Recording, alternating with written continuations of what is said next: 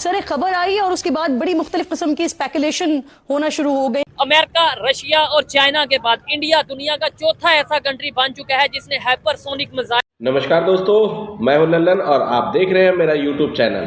दोस्तों, जो हमारे आज इंडिया ने हाइपरसोनिक मिसाइल का जो प्रोजेक्ट और उसका टेस्ट किया है, उससे पूरी दुनिया हिल गई है, खास तौर पाकिस्तान और चाइना। और हमारे कमर चीमा साहब तो पागल ही हो गए हैं।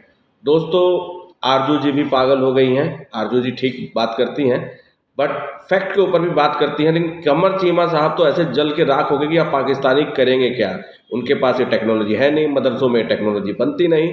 इंडिया के यूथ, इंडिया के लड़कों में ये टैलेंट है, हमारे DRDO में ये टैलेंट है। इससे चीन, पाकिस्तान, खासतौर पाकिस्तान, उनके नागरिक तो ऐसे कह रहे हैं जैसे कि क्या कर लेंगे। अरे साहब, काम करना पड़ता है, उसके लिए पढ़ना पड़ता है, टेक्नोलॉजी यूज़ करनी पड़ती है, IT के क्षेत्र बनाने पड़ते हैं, जब जाके आप इस तरह की मिसाइलों का प्रयोग करते हैं। तो दोस्तों, इसी पे ये वीडियो है और इसके अंदर जो पाकिस्तान के बुद्धिजीवी, यूट्यूबर और जो न्यूज़ चैनल हैं, वो अपनी राय रख रहे हैं और ये राय मैं आप तक पहुंचा रहा हूं।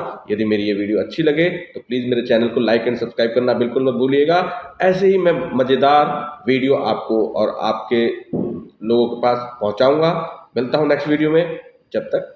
इंतहाई साउंड की स्पीड यानी आवाज की रफ्तार। अच्छा, मजे की बात यह है कि इंडिया, आपको पता है, MTCR का मेंबर बन चुका है, आई थिंक 2015 में, missile technology control region. India का ये लेटेस्ट मिसाइल है जो ये टेस्ट करने जा रहे हैं। ये मैक 8 की स्पीड पे ये चलता है। ये मिसाइल हाइपरसोनिक मिसाइल आम मिसाइल से 3-4 गुना ज्यादा स्पीड से आपके मुल्क की तरफ आता है।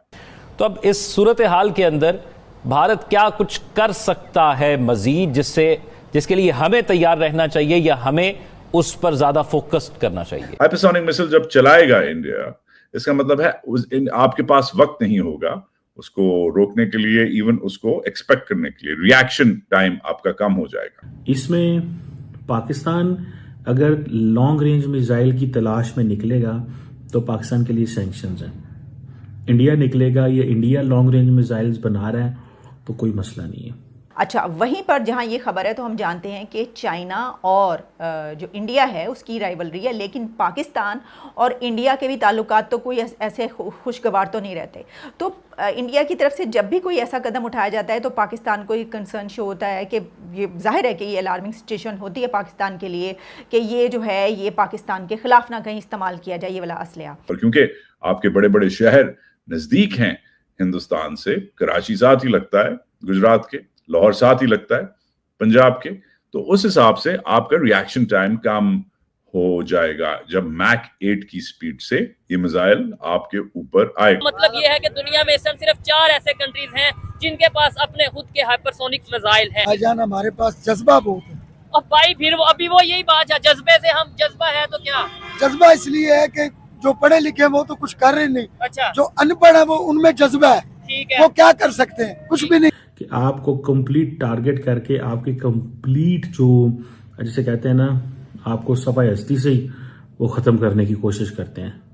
तो आपके कुछ मिसाइल कहीं पड़े रहें और वो वहां से खुद ही ऑटोमेटिक विदाउट एनी, जैसे कहते हैं ना, कोई उनको को बताए बगैर वो खुद ही उनको समझ लग जाएगी कि हमारी जो हमें हैंडल करते हैं वो अब इस काबिल नहीं रहे कि वो हमें हैंडल करें और हमारा बाकी हर चीज़ का नुकसान हो गया। सो वो क्या करेंगे कि वो आपको कंप्लीट, मतलब अगर नीचे रशिया में कंप्लीट डिस्ट्रक्शन हो गई तो वो ऊपर से मिसाइल जो है वो स्पेस से चल जाएंगे। हाइपरसोनिक मिसाइल सिर्फ दुनिया में 3 ममालिक के पास है, अमेरिका, रशिया और चाइना। और अब हिंदुस्तानी चौथा मुल्क बनने वाले हैं जिनके पास हाइपरसोनिक मिसाइल होगा।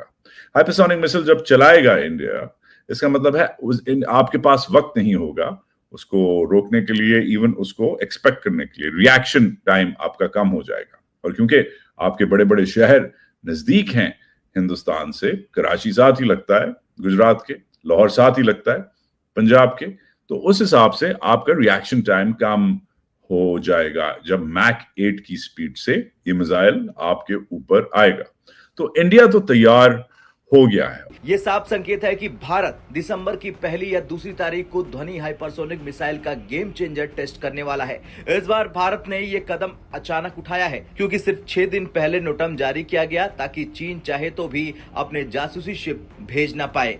और वो इंडिया समझता है कि भाई अगर हमने इनको टारगेट किया तो हम बेसिकली ये जो सैटेलाइट्स होती हैं ये समटाइम्स आपको पता है इंटेलिजेंस इंफॉर्मेशन प्रोवाइड करती हैं, एग्जैक्ट पिक्चर्स, डाटा, मूवमेंट, और ये उनको हिट करना बेसिकली आपने दुश्मन की जो कैपेबिलिटी है उसको हिट कर रहे हैं। ठीक है जी। सो ये समझ लें कि चीज़ें हैं। सो हमारा तो ये है कि हम ये चीज़ें नहीं कर सकते, लेकिन इंडिया का ये है कि इंडिया ये सारी चीज़ें कर सकता है। राजनाथ सिंह जो है वो धड़ल्ले से कह सकते हैं कि जी हाँ हमने हाइपरसोनिक मिसाइल जो है वो बनाया। पाकिस्तान अगर बनाया भी है या बनाता चाहता है या काम करना चाहता है तो नहीं कर सकता। आप देखिए हाइपरसोनिक मिसाइल जो है ये इसकी जो स्पीड है, कहा जाता है कि it's 5 times the speed of the sound, यानी कि हाइपरसोनिक की जो स्पीड है it is 5 times the speed of the sound. और ये जमीन पे जिसे वो कहते हैं ना 1 माइल पर सेकंड के हिसाब से आ रहा होता है, और इसकी मैन्यूवरेबिलिटी भी है। ठीक है जी। और ये अपनी ट्रेजेक्ट्री तक को फॉलो करते हुए ऑटोमेटिकली हिट करते हैं। और ये समझ लें कि डिफरेंट किस्म के हाइपरसोनिक सिस्टम्स होते हैं। एक हाइपरसोनिक ग्लिड व्हीकल है और एक हाइपरसोनिक क्रूज मिसाइल है। जो जिसे कहेंगे जो हाइपरसोनिक ग्लिड व्हीकल है ये रॉकेट से लॉन्च किए जाते हैं, यानी कि अपने टारगेट तक पहुंचने के लिए, जबकि जो दूसरे हैं वो हाइपरसोनिक क्रूज मिसाइल जो हैं वो air breathing high speed engine से पावर किए जाते हैं। और अभी भी आपका दिल नहीं भरा और अभी भी आप यही कह रहे हैं कि जी अभी तो पिक्चर अभी बाकी है मेरे दोस्त। तो मतलब पिक्चर अभी बाकी है, इसका क्या मतलब हुआ? इसका मतलब यही हुआ कि राजनाथ सिंह साहब जो हैं वो अभी मजीद लड़ाई झगड़े के मूड में बैठे हुए, और मेरे ख्याल है अभी मोदी जी चाह रहे हैं कि एक आध जहाज और भेज दें। तो मगर मोदी जी मतलब ये कोई अच्छी बात तो नहीं है ना। पहले ही देखिए इतना हमारा नुकसान हुआ है, कितने ही मदरसे आपने तोड़ दिए, कितना ही कुछ कर दिया, और अभी तक जो है वो हमारे लोग हाई अलर्ट पर हैं। हम तो रात को भी ये सोच सोच के सोते हैं कि अरे ऐसा ना हो कि कोई मिसाइल आ रहा हो, ऐसा ना हो कि कोई ड्रोन आ रहा हो, ऐसा ना हो कि कहीं से कोई अटैक हो रहा हो। और हमारे लोग बिल्कुल एकदम हाई अलर्ट पे जो है वो, आपको पता है कि हमारे जो सिक्योरिटी फोर्स है उससे भी कहा गया कि हाई अलर्ट पर है। हमारे टीवी चैनल जो हैं उनके अंदर जो एंकर है, मतलब टीवी चैनल में जो एंकर है, सॉरी ये बोलना चाह रही थी, वो भी जी चिल्ला चिल्ला के उनका गला बैठ गया है और वो कह रहे हैं कि जी भारत कभी भी दोबारा अटैक कर सकता है। ऊपर से राजनाथ सिंह साहब जो है वो आके कह देते हैं जी ऑपरेशन सिंदूर जो है वो अभी खत्म नहीं हुआ है। मतलब सर क्या कह रहे हैं सर, प्लीज बस कर देना, बस हो गई ना। हमने भी इधर से अटैक कर लिया, आपने भी उधर से अटैक कर लिए। अब मेरे ख्याल है अमन होना चाहिए दोनों कंट्रीज में, थोड़ा सा तो मतलब आराम से लोगों को बैठने दें, अभी सब परेशान है। अब पाकिस्तान नहीं कह सकता कि हम ये सिस्टम भी चाहते हैं, ये सिस्टम भी चाहते हैं, बिकॉज उनको ये है कि पाकिस्तान को इस पोजीशन में रखो जैसे कि पाकिस्तान कभी भी ये चीज़ें ना खरीद सके या ये चीज़ें ना बना सके, ना उन तक उनके साइंटिस्ट को ऐसी यूनिवर्सिटीज़ में पहुंचने दो, ना उनकी जिसे कहते हैं ना स्टूडेंट्स को इनरोल करो, ना उनको ऐसी इंस्टॉलेशंस पे लेके जाओ ताकि वो समझ ही ना सकें, कुछ कर ही ना सकें। ठीक है जी।